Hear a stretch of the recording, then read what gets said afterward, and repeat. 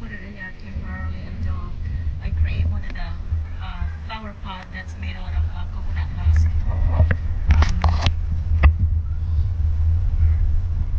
Get some aloe vera.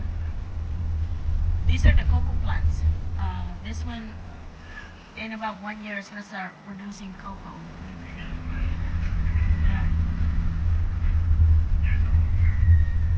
I saw that.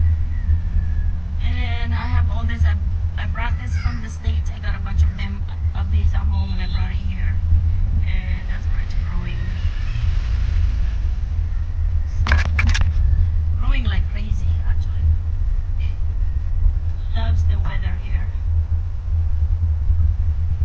So this is the inside the house, right on the front yard.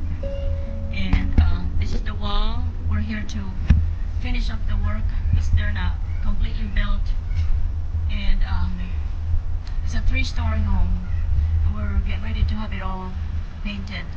That's what this has. Our vacation home. It's got about 3 bedrooms and balcony all the way at the top. It's a 3-story home.